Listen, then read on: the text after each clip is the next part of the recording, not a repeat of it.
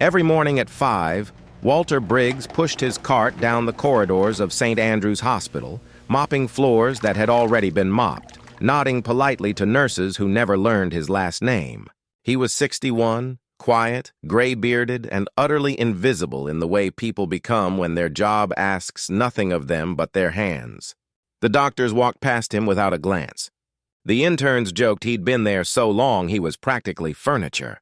Nobody asked why his knuckles were scarred, or why he flinched at helicopters passing overhead, or why, late at night, he sometimes stood outside the trauma bay just watching, his jaw tight, his eyes far away.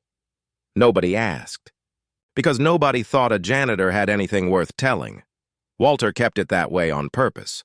20 years ago, in a canvas tent 40 miles from anywhere safe, he had been Major Walter Briggs, a combat surgeon who worked with his hands buried in men's chests while mortars fell close enough to shake the instrument trays.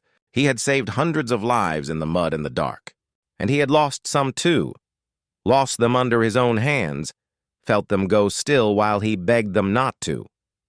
One of those was a private named Eli Marsh, who died looking up at Walter like he believed the surgeon could fix anything.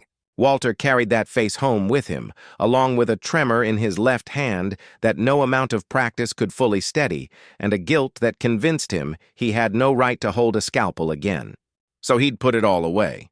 The medical license, the memories, the man he used to be, and found the quietest, smallest job he could, where nothing would ever again depend on his steady hands. For 11 years, that had worked. It stopped working on a Tuesday afternoon when the emergency doors burst open and paramedics wheeled in a young soldier named Corporal Danny Reyes, home on leave, struck by a car 2 blocks from the hospital. His chest was a ruin.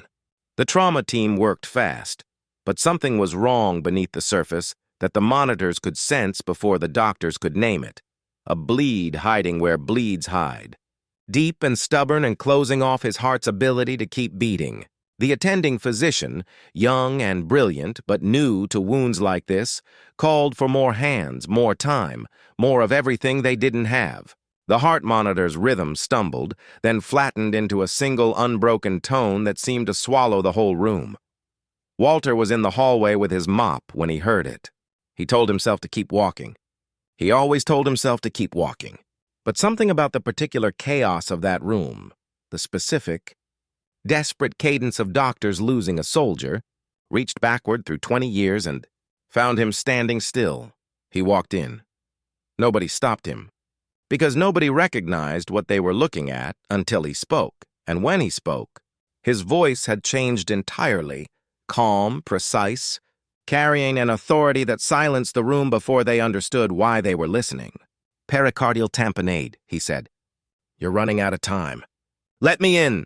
The attending, half in protest, half in desperation, stepped back. Walter's hands, the ones that trembled sorting mop buckets, went perfectly still the moment they touched skin. Old instinct took over where thought could not keep up. He worked with the terrible calm of a man who had done this 1,000 times in far worse conditions, guiding a needle exactly where it needed to go, relieving the pressure crushing Danny's heart, watching the flat line stutter, catch, and finally climb back into a ragged, living rhythm. The room exhaled all at once. Later, after Danny was stable and wheeled away, after the astonished staff finally asked who he was, Walter told them the truth for the first time in over a decade. Not as a confession, but as something closer to relief. He told them about the tent, about the mortars, about Eli Marsh's face, about the license he still technically held, dusty and unused, and about why he had traded a surgeon's coat for a janitor's uniform, believing his hands no longer deserved to hold a life in them. Danny Reyes woke up 2 days later and asked to meet the man who saved him. When Walter walked into that room, still in his gray coveralls, Danny looked at him the way soldiers look at people who bring them home. "Thank you," he said simply, and Walter, who had spent 11 years believing he no longer deserved to hear those words, finally let himself cry. He kept the janitor's uniform after that, out of habit and humility, but he also picked up his scalpel again, part-time, in the very hospital that had walked past him for a decade without ever really seeing who he was.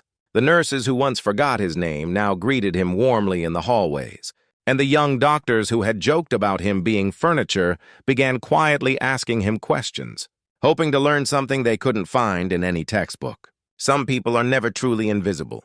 We simply haven't looked closely enough yet, and sometimes the quietest person in the room carries the bravest story of all.